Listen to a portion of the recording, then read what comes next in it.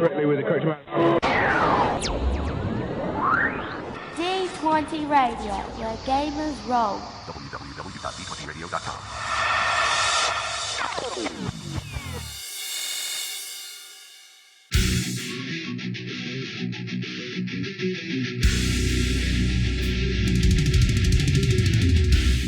Welcome to Me and Steve Talk RPG, the podcast where me and my friend Steve try and help you get the most out of your role-playing game experience.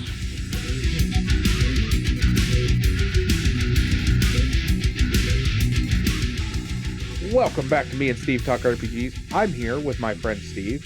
Hello, Steve. Hello. I have internet again.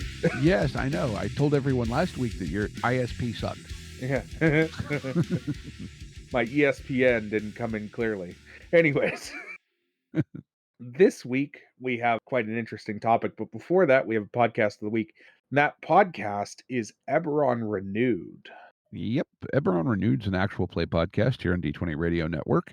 And as you might guess from the title, they play in the Eberron setting, which, of course, is published for Dungeons & Dragons. Now, Never would have guessed that.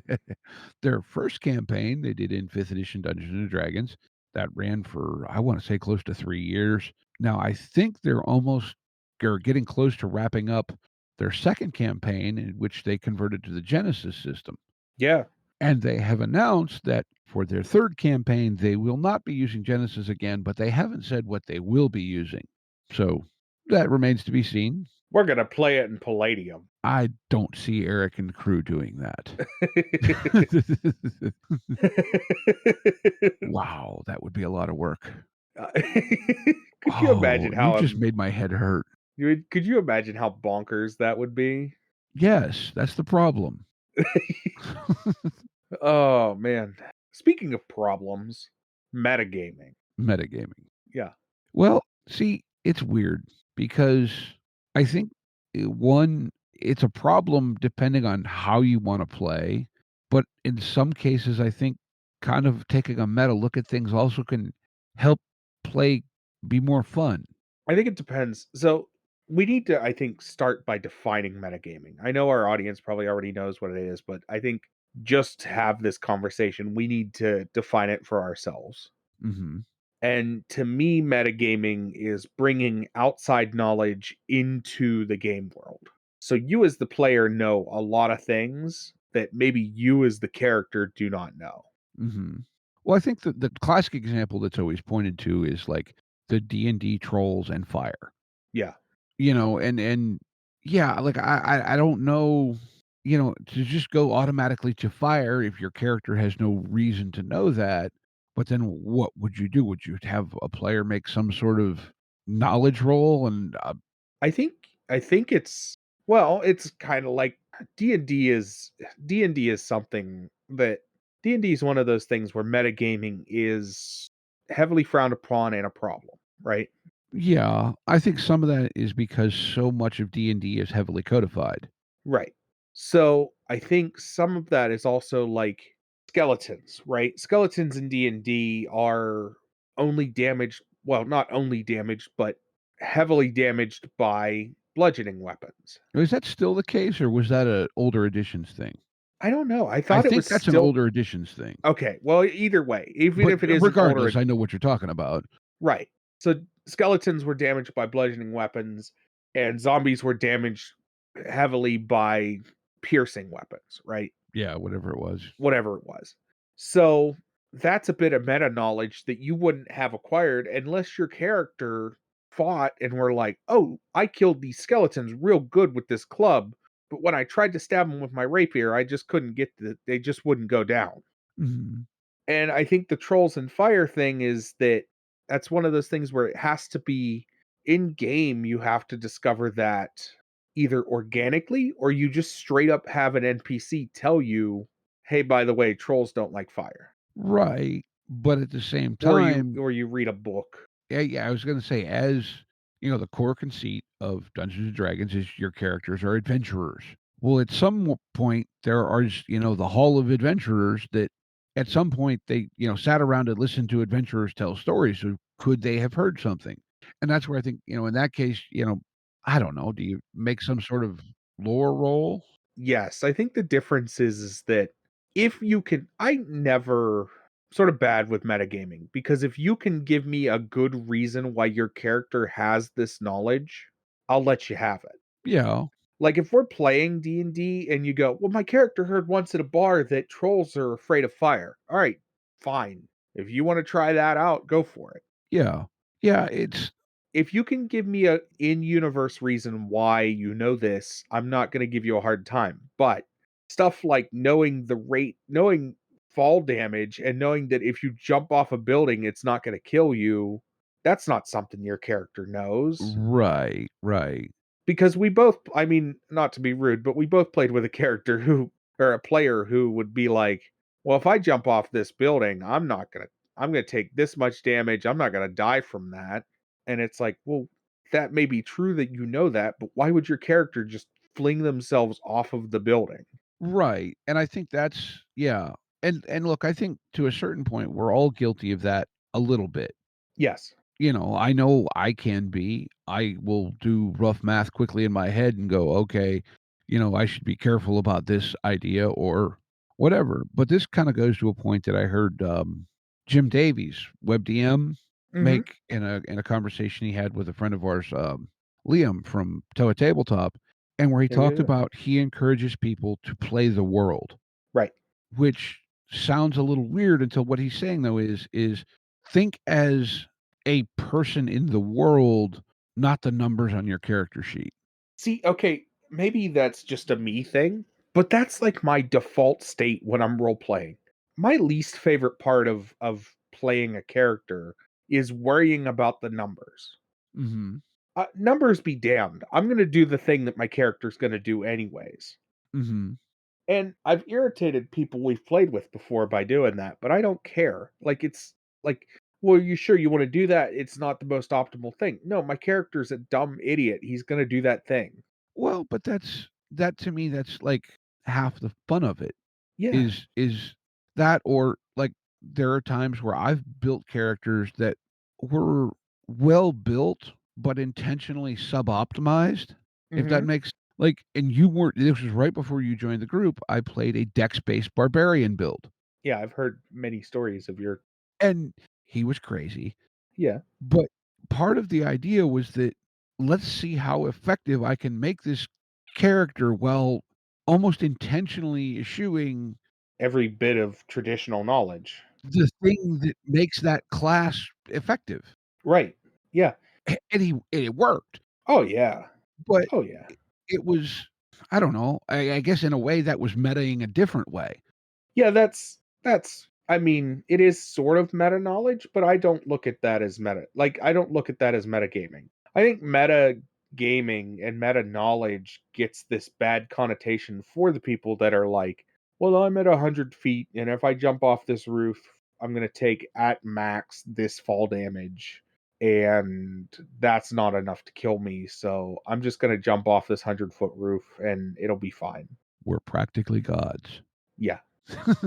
And that's where I have problems with metagaming and being like, I've stopped stuff like that before where it's like, no, but why would your character do this? And Yeah, they get upset. It's like, well, but why would your character do this? Why would your character say, I'll just jump off this freaking massive building because I don't want to have to deal with this creature? Or I just don't want to have to, like, is the building on fire? No? All right, then there's no reason to jump off the roof of that building. yeah. Now, at the same point, the if you wanna do the crazy, awning thing or slide down a drain pipe, to me, Different. that's doing something cool, not just, Yeah, it won't kill no. me, screw it." No, that's different. That's like, I'm looking for an awning. Oh, yeah, absolutely. I'll let you do that. As a matter of fact, I'll give you one that I didn't plan already be in there.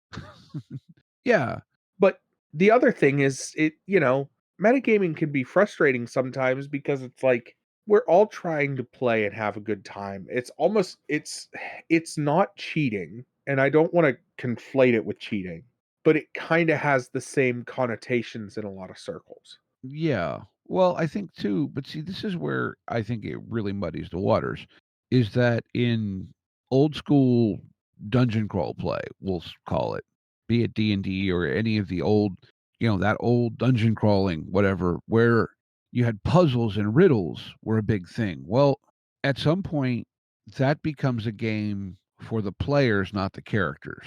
Right.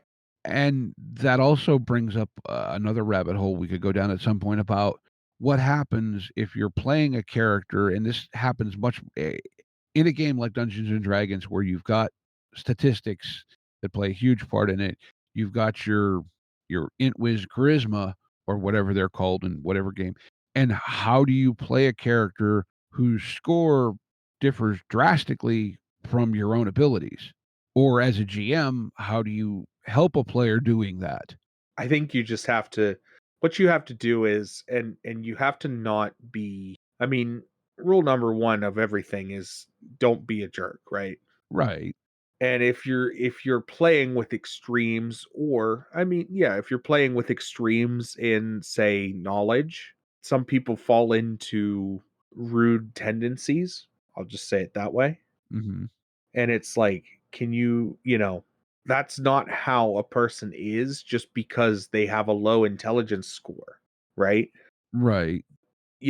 And I think it's a matter of the GM has to point out and be like, this still has to be a person, Right.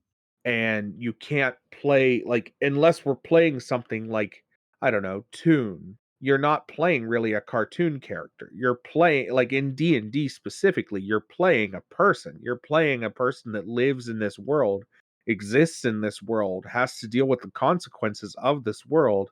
And realistically, unless you're playing somebody with a disability and you've expressed that and you're doing it respectfully, you can't, you know what I'm saying? Yeah. No, I get it. Yeah. Well, I'm thinking more in the context of, okay, we'll just say me, for example. Okay, I'm reasonably personable, I think, and reasonably smart.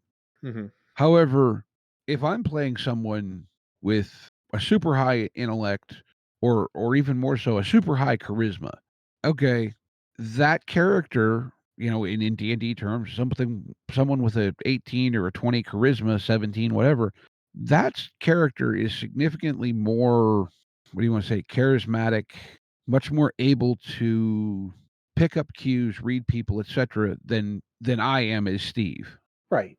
Well, I think that's when you just have to fall into sort of like, when I play a character like that, I think more along the lines of like, what does a charismatic person with that high of a score look like, right? Mhm. And to me, that's like, you're playing, I don't know, Billy Mays, right? Like, you're incredibly charismatic. You're playing, maybe like a cult leader or something almost at that point. Mhm. Someone who can make people do what they want them to do, and it's not necessarily that you're playing someone who's a bad person, and I'm not necessarily saying that, but like, you just have to play, the idea just has to be that this is someone who is way more persuasive, way more, well, but more well spoken than you. Right, right. We've all met somebody who is, even at any intelligence level, or at any level, we've all met someone who you've spoken with, you're like, man, I feel outmatched by the verbal accuracy with that, you know what I mean? Like, Yeah, yeah. and I think that's the kind of person that you're playing. The character that you're playing end up becoming this almost larger than life. And I think this goes down to, I hate the extremes in D&D, but when you start getting into those extreme scores where you're getting into the 20s, 18, 17, 18, 20, somewhere around there, you're getting into a person that's almost, and I don't want to say, obviously D&D plays with different races, but superhuman. Right. You go from a used car salesman's maybe like a 15, you know, Yeah, or really good pitch man, whatever. right, I can convince people to buy what I want, versus I could convince the king that I can, that I have the royal jewels without actually having them. Right. And then now I wonder, does this play into metagaming in the fact that you're driving those stats up that high in your character creation or your advancement because that makes your spells more effective or your whatever more effective. You know what I mean? Like, Intent is everything.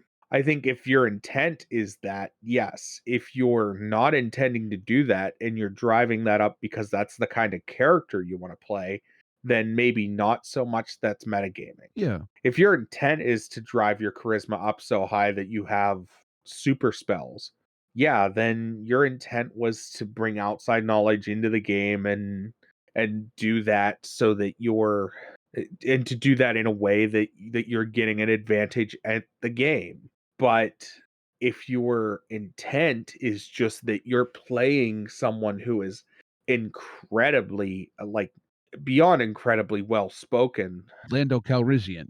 Right. If your goal was to play Lando Calrissian, then no, your intent was not. And I don't want to say ill because that's not the right terminology, but your intent was not to get that advantage from the word go. Yeah, and well, see there, I think so too. Like this gets into a lot of things because it's we all fall into that trap with D&D specifically where we want to play a character that's as effective as the person next to us. Usually, I anyway. don't. Well, let's put it. A lot of people fall into that. Yes. I Yeah. think that's fair to say. That's fair to say. I think I just play games differently than a lot of people. Yeah, but this is also where, how do you want to say this? Different systems, and our most of our listener base is moderately familiar with, say, Genesis Right. or Star Wars, same engine, right? Same. Yeah. Well, Same horse, different clothes. you can with because of the way that system was designed, even if you stack your stats and skills, it's still much less concrete of an advantage than with, say, D&D. Right. Because with D&D you're dealing with hard numbers.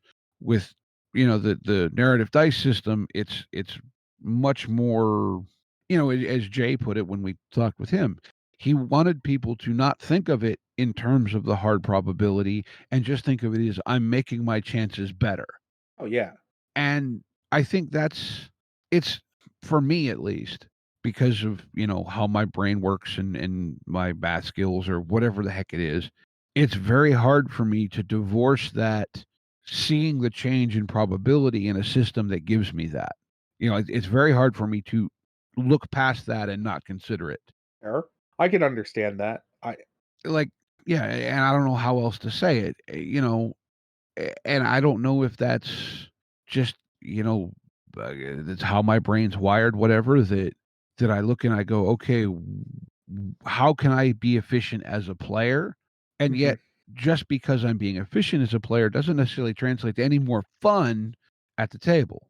And I think that's where the balance between meta and just playing is, you know, are you using your outside knowledge to make what you're doing at the table more fun or more effective? And the two can be the same thing depending on your style of play and especially your table style of play. Right. No, I agree. Yeah, I don't. That's why at the beginning I sort of quantify it that metagaming isn't necessarily a bad thing in all situations. Right. Yeah, I don't know. It's weird. And like, is it, yeah, or now, okay, the other avenue, we'll call it, or another avenue of metagaming is, the adventure as the player. How do you, like, for example, we'll say, it's convention season. So we'll say you're playing a convention game and you happen to have played the module or the adventure that's being run at the convention. How do you not let that influence you and just enjoy it, so to speak, with fresh eyes? It's hard not to. I think you sort of, in my case, what I do is I just take a step back Mhm. and let the other players at the table take the helms because I do know this adventure, right? Mhm. I know what happened when I played through it and sort of let somebody else take the wheel and go along for the ride. Mhm. And I know that's a little bit more easier said than done, but Yeah. So, like, what about, can you think of anything where, like, so to speak, using meta knowledge can just outright make the game better? Like, you know I don't know because it's A it, game, it, well, there's games like Dread where you're playing with a Jenga tower, and your knowledge of how Jenga towers work makes that game better. yeah, Um, there are games like, I don't know, every crunchy game requires meta knowledge to make that game a better game. fair. Yeah, because well, with crunchy games, you get into that effectiveness Well, line. you kind of have to have a good understanding of mathematical complexities in a lot of those, right? Like I can outright admit that I will probably hate Shadowrun because I'm not very good at math. Yeah. Not that I hate the setting or anything, but the system itself is my antithesis. Mhm. Yeah. And and see, I guess for me, like some of what I do is I intentionally sometimes try and go to games that have I mean that just kind of putting this together in my head as we're talking, but I think maybe that's part of where I've kind of gotten drawn to some of the more narrative type of games recently or the less statistically driven games because I don't have to try and consciously not do the math in my head. Right. Yeah, if there's no math to do, I don't have to try and yeah. Because this is where you and I have had this conversation privately. I know I actually prefer, especially like when we were playing D&D, I much prefer if the DM uses a screen. And I think that's maybe a little weird for a lot of players because they're like, "Oh, well then I know that, the roles." And I don't want to see the roles because No, because you're doing the math in your head. You're yes, going, and I well, they can't rolled help it. this, and yeah. No, I know. I understand. I I'm not that quick on my feet to do the math, so it doesn't apply to me. Like Mhm. I can do math. You've heard me do math. Yeah, I'm I make my friends' heads tilt when I add and when I have to do complex multiplication, meaning that I'm adding two number or I'm multiplying two numbers together that have more than two numbers in them. I make my friends' heads hurt because of how my brain works on doing the mathematical calculations. mhm. Yeah, and like, I don't know, but, like, at the same point, is it meta if you intentionally make a suboptimal choice because you think it's more fun? Yeah, but that's the game. Right. You can't say, I mean, again, I think it goes back to justification. If you justify it as I made this choice because my character would make this choice, then the answer is no. But if you justify it by saying I made this choice for the hell of it, then well, kind of. But does that make it bad if you just did it for the hell of it? No, I didn't say it was. Yeah, I well, just and said it I'm is just kind asking, of I'm not saying metagaming. yeah. I'm sure that yeah, I'm sure that some of our listeners are out there like screaming at their phones right now. But honestly, I don't think that there's this ill connotation of metagaming that I just don't think it really applies to games that aren't D&D. And D. Yeah. And I think that's the other thing that I want to drive home is that in a lot of games that aren't D&D, metagaming is not this problem per se. Yeah, well, and I think you have some games where it's very much intended for the players to kind of step outside the game and go, "Well, what does this all look like?" You know what I mean? Like to a certain point, the whole initiative system in the narrative dice is very metagamey. Right. Yeah, having a conversation of all right, are you going to go first or am I going to go first? Well, that would never work in like D&D. That's super metagaming. Yeah. And that's frowned upon, but in narrative dice it works perfectly. Yeah. But also, in narrative games, sometimes the meta game is the point of the game. Take for example, we play Retro Star on Wednesday nights. Mhm. It kind of is the point of the game to metagame that a little bit. Well, especially given the core conceit of that is Right. a very weird meta concept from the get-go, which took a little bit to get my head around, but I'm having a blast with it. Well, once you get your head around it, it starts to make more sense. But yeah, it's the core conceit of that game is that you're playing actors acting on a TV show. Mhm. It's at its core a meta concept, right? Yeah. Like you're not the actual characters in the show, you're actors playing characters on a show. Mhm. And it's a little weird because the stakes are so different. Right. Like, Right. Your stakes are losing funding and not like well, but, like, okay, and we haven't really gotten into any combat situations, but it's also, like, where you have this weird concept that, well, you know, just because of the nature of the game, right? We're the cast of the show. So, there's some plot armor involved oh yeah. Yeah. just because that's how TV works. Right. But at the same point, there's that, well, if stuff really goes south and bad stuff happens, what crazy storyline are we gonna concoct to explain it? Right. And Exactly. that's really fun. Yeah, and but that's, that's the core conceit of that game though is the metagaming aspect of it. It's the, how are we going to explain what situation these actors got in on this week's episode of this TV show that's, scripted and everybody's watching on Saturday nights or whatever. Right. Well, and this I think also applies to horror games, right? Well, somewhat. Like if you're watching this horror scenario play out from a meta third person perspective, you're like, no, don't go down in the basement. Don't go down in the basement. Don't go down in the basement. Where's the freaky noise? Yeah, But that's what your characters do because that's where the game is. and then you have something like Delta Green, where you have to go down in the basement because that's where the clues are. Right. You know, even though you as the player are like, I don't want to go down there, you have to go there in order to complete the task that is at hand. Right. And I think that's some of the conceit in horror games is, yeah, the metagame, but it's also sort of a reverse of a metagame. Like you have the knowledge that something might happen, but you don't know what and you don't know how, and you you know what I mean? Well, it's yeah, it's like as a player in a preservation mode with your character, you know better. But as a player, you want to know what the weird awful thing is. Right. And so it's Look at yeah, a it's look at a game like Morkborg mhm, or Cyborg, where you know how this is going to end. It's going to end with my character dead. There's no other way around it. mhm. Or And or yeah. yeah. Well, I think, like Cyborg to me is a blaze of glory game. Oh yeah.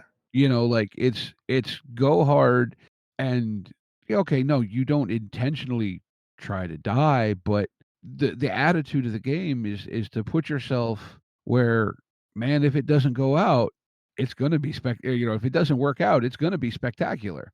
Yeah. No, I agree. I think that, but Morkborg's the same way. Yeah. If I'm going, I'm taking everybody with me. Mhm. And Yeah. and it's just that style of game. That's a Right. very meta idea. Yeah. So I think that outside of D&D, metagaming is actually a good thing and should be encouraged. Yeah. Well, but see, like, I think this is, and this is where I find it kind of amusing is because back in, as I understand it anyway, Gygax's design theory was very much, lots of puzzles and very much where the dungeon was a challenge for you to get your character through. Yes, you are moving the pawn piece. It's described as you are playing basically with a toy. Right. And that's a very meta principle, and yet that's the exact same scenario where you using your player knowledge that you need to fight trolls with fire is very much frowned upon. Well, it's a change in the game itself. Yes and no. I think that type of, the troll example, or like you were talking about the skeletons, I think is a thing where that was frowned upon. It well, maybe not in the very early days, but certainly in kind of the like the 2E days, etc. You know what I Well, mean? I mean, in the front of the AD&D book, it says in the front of the AD&D Dungeon Master's Guide, DMG, it does explicitly state that if you do not plan to run this game turn back now, Mhm. but I don't believe that that's a core conceit in the original text. You know what I mean? Mhm. Yeah, and like I said, it's weird, it's kind of fascinating to me in a way because it's like and yet I wonder too, I wonder how many of the people who considered themselves and even people who ran, 2E or even probably maybe not as much with 3.5 because it got a bit more complex, but how many of those who played it a lot and even ran it a lot really read the rules, or did they just run it how they'd learned to play it? I couldn't answer that Yeah, well, no, because neither can I. I'm just, throwing it out there. I'm kind of the outlier in that I read all of the rules and focused it on rules that I don't know why I focused it on rules that my players wouldn't even know. I've talked about this before. When I first started reading AD&D, I for whatever reason, and this could be that I was in high school and dumb and didn't really know, I took notes on what gems can negate what poisons, and like I think it's amethyst negates drunkenness, and like there's all these rules that I took notes of that I was like, my players are going to know this. And then I was like, why would they know this? I later realized, I'm like, why would they, what would make them know that if they have this gem on them, on a ring, in their pocket, whatever, that it's going to negate X or it's going to do Y? Why would they know that? Where did they get that knowledge? Because they didn't get it from me because I didn't tell them explicitly. And I know they didn't read the DMG. You know what I mean? Mhm. Yeah, well, like I said, that's, and that may even extend in some cases to even a lot of more modern systems where I think, you and I are RPG nuts, Hmm. okay? We'll read books for games that we probably will never play. Yeah. Yeah. But I think, and I won't say this necessarily for the group that we're our Wednesday night game right now, but I think in a lot of cases, you have 1 or 2 of those people in your average group who are the RPG nuts, and the rest of them are there to have a good time, and I'm not saying that they don't love playing, but they don't have, for lack of a better word, the borderline unhealthy obsession that you and I do. Right. No, I understand what you're saying. No, I get that completely because I didn't have internet last week, so I read a lot of books that I actually got through a lot of my library. Nice. I found a book I'd been looking for, like, 2 months. Hey, that's No, it good. wasn't a game book, but Well, book is a book. yeah. No, I got through a lot of my game library because I was like, "Yay, I have the time," It's because I couldn't amazing, do the anything internet, else. right? What was that? I said, the internet is such a funny thing because it's all this information at your fingertips, and yet most of the time we use it to waste time. Well, in all honesty, it's not like a lot of what I do on the internet is not wasting time. It's just, Tick tock. well, that, No, but you know what I'm saying, right? Like, yeah. it's because there's so much there, it's like this losing the forest for the trees thing, right? Hmm. Hmm. But yeah, I don't know where I was going, how I was getting this wrapped around. We were talking about reading things, but yeah, no, I get what you're coming from when you say I would bet that a lot of players aren't as avidous readers, and I can see that. I can see that in the people that I talk to, and I tell my friends my friends that play TTRPGs, and I go, "Oh, did you hear about this?" No, I'm always the first person to be like, "Have you heard of this game?" It's always a shocker when somebody comes to me and is like, "Hey, Steve, I know a thing you don't know." You know what I mean? Like, Mhm. and I'm not saying that as it like, I mean, like, "Hey, Steve, I heard about this new game that's coming out that you didn't hear about," right? Like, Yeah, no, I get exactly what you're saying. It it feels pleasantly unusual to be surprised by something like that. yeah, because we're usually the ones that are on top of that. Yeah. But like you've said before, it almost feels like us as avid consumers and openly avid consumers, we just I don't know, we absorb so much more that other people don't. I don't know. Yeah, no, it's a weird perspective in a way, and I think sometimes it's hard. and I know you and I both deal with this in other things aside from gaming because we just have these weird things that we go down a rabbit hole of information on. And we will sit there and talk someone's ear off about all these details of whatever, and their eyes are glazing over because they're like, "Huh? Well, I lost you, 20 minutes ago." Hey, And Steve, have I told you I'm starting a soap business? exactly, right? Yeah, Like, no, I that one in particular, we don't have we can't have a conversation on, but you and I have gone down conversational rabbit holes about things that'll leave 3/4 of the world standing there staring at us like, "What the heck are they talking about?" let's talk about Japanese motorcycles from the 90s. Yeah, I mean, you know, it's any of that kinda stuff, right? And I think that kind of, what do you wanna say, obsessive knowledge gathering is common amongst the gaming community, but what I find so fascinating about the community as a whole is we have these kind of, like, common behaviors, but we focus them in so many different directions, Mhm. and I don't know where that was going, but, I don't know. I honestly don't know, but I get what you're saying. you know, I'm with you there. I mean, like when you and Ian have a fish conversation. yeah. Yeah. No, I get it. I don't know. I think that and then it's interesting when somebody brings like outside like super niche outside knowledge to a game, right? Mhm. You bring that meta knowledge, that super niche meta knowledge to a game and can give a reason why something does or doesn't work. I Mhm. can't think of the example. We were playing something and I was like, "But that's not how that works." Mhm. No, And yeah. I can't remember what it was, but there was something that I was like, "Yeah, except that's not at all what okay." Yeah, well, it's funny that way, and in some cases, I think that's a case where the meta knowledge is brings a kind of a fun element to the table, at least, even if it's not necessarily part of the game. Yeah, no, I agree. I don't know, this is one of those topics. It's like there's a lot of thoughts swirling around my head, but I don't know how to, like, because I guess for me, the meta and the concept of using player statistical knowledge to, like you said, know that I can survive jumping off a building. Well, that kind of just is like, man, but why, like you said, why would your character do that? Yeah, are you Superman? No?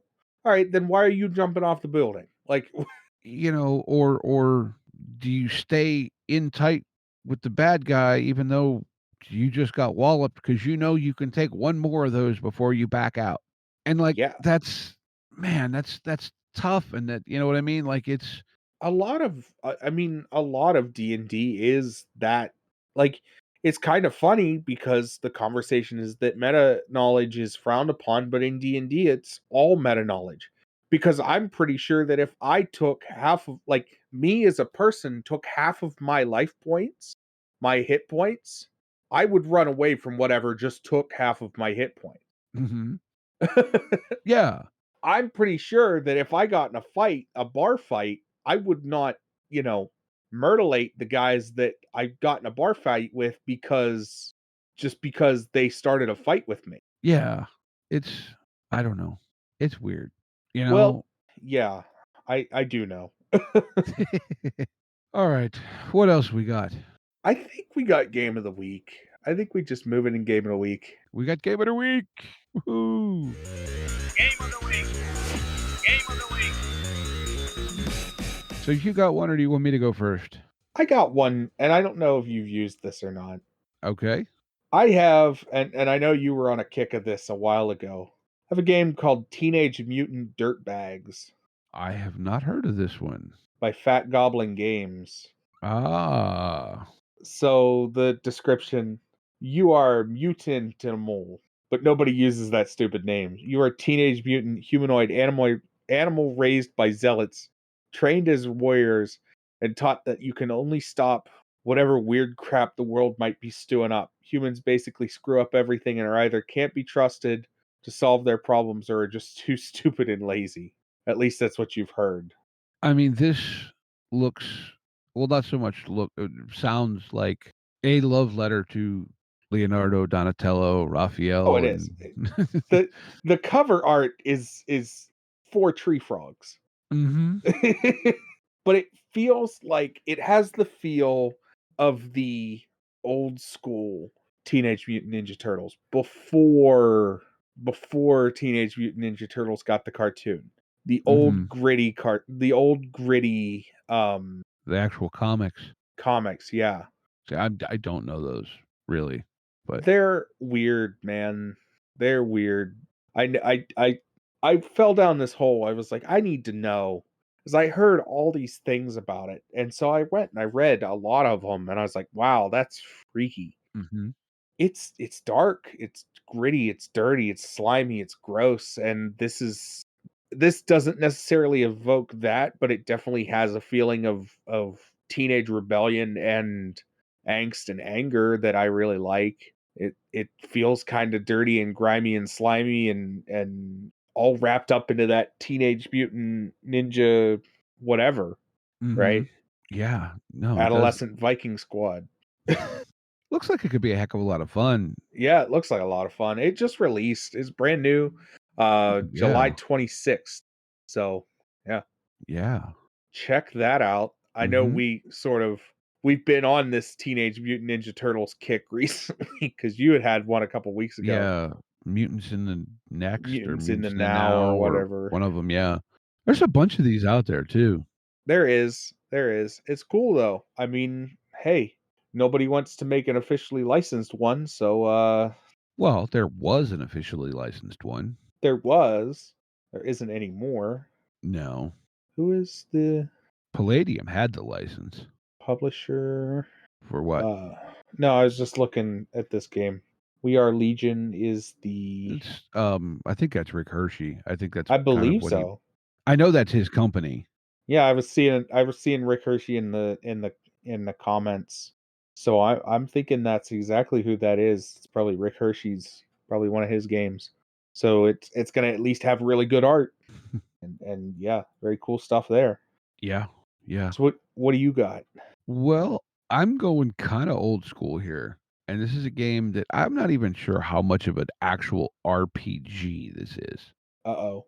Probably it's a little more of a board game, maybe with some RP elements, but this is basically Twisted Metal, but before Twisted Metal. Okay.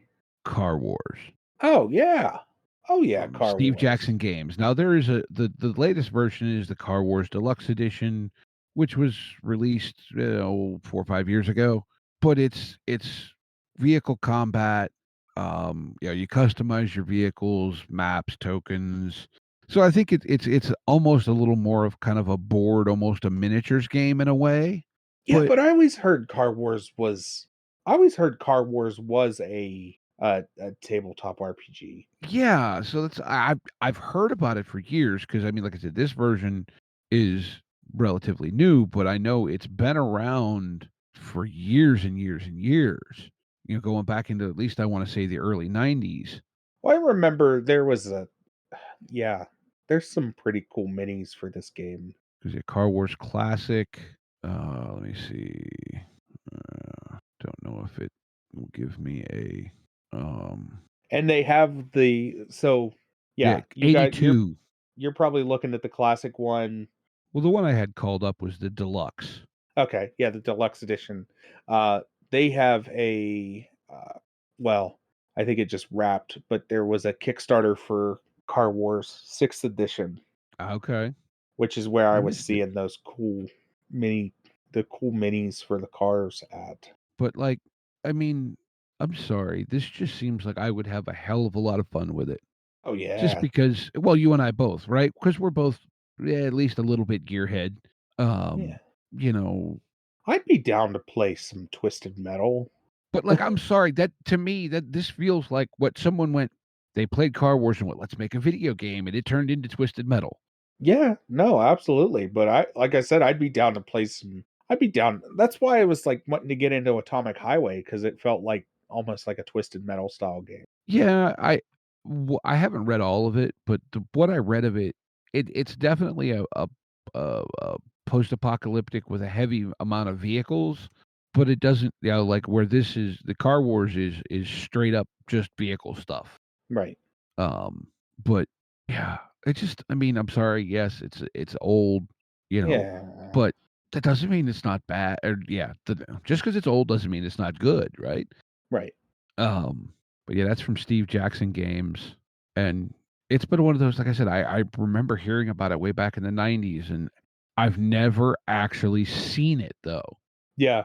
I've heard about it. I never got around to actually getting a chance to play it, but it's looks cool. I've always heard good things. There's all sorts of splat books and stuff for it, and extra maps, and well, here's the one. There's a auto stop and gunnery shump. Yeah.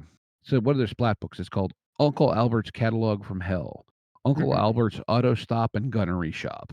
Nice. Like, just, I mean, I don't know.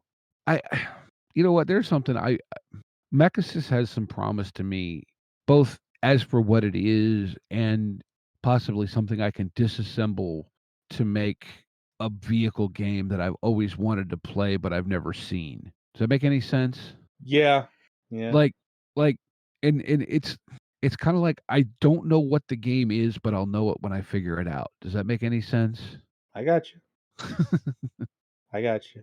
Well, with all that being said, as a reminder, this October 1st and 2nd, we will be at the Pittsburgh Gaming Expo. Come check us out there. As always, links to everything mentioned are in the show notes.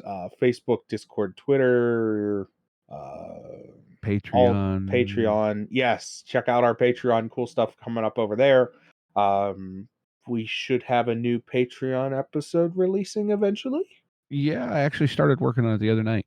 Oh, sweet. So sooner rather than later. Well, I started working on it. That doesn't mean I'm going to finish it, but I don't know, I got to but- keep the regular ones out before I work on the Patreon yeah. ones. Yeah, but we're trying. Yep. But yeah, as always, we want to thank everyone for listening and remind you to be kind to one another and get out there and play some RPGs. Yep. Take care, y'all. Intro and outro music by the band 12 Noon. You can email us at meandsteverpg@gmail.com. You can find us on Twitter and RPGs. Find us on Facebook at Me and Steve RPG Podcast, on Discord at Me and Steve RPGs, and as always, all of these links are in the show notes. Thank you, and be kind to one another.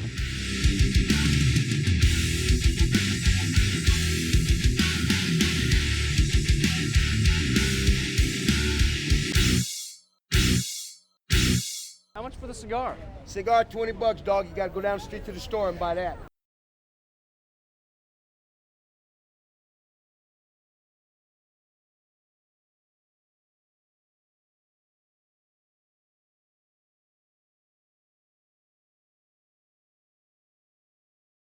We want to thank everyone for listening and remind each one.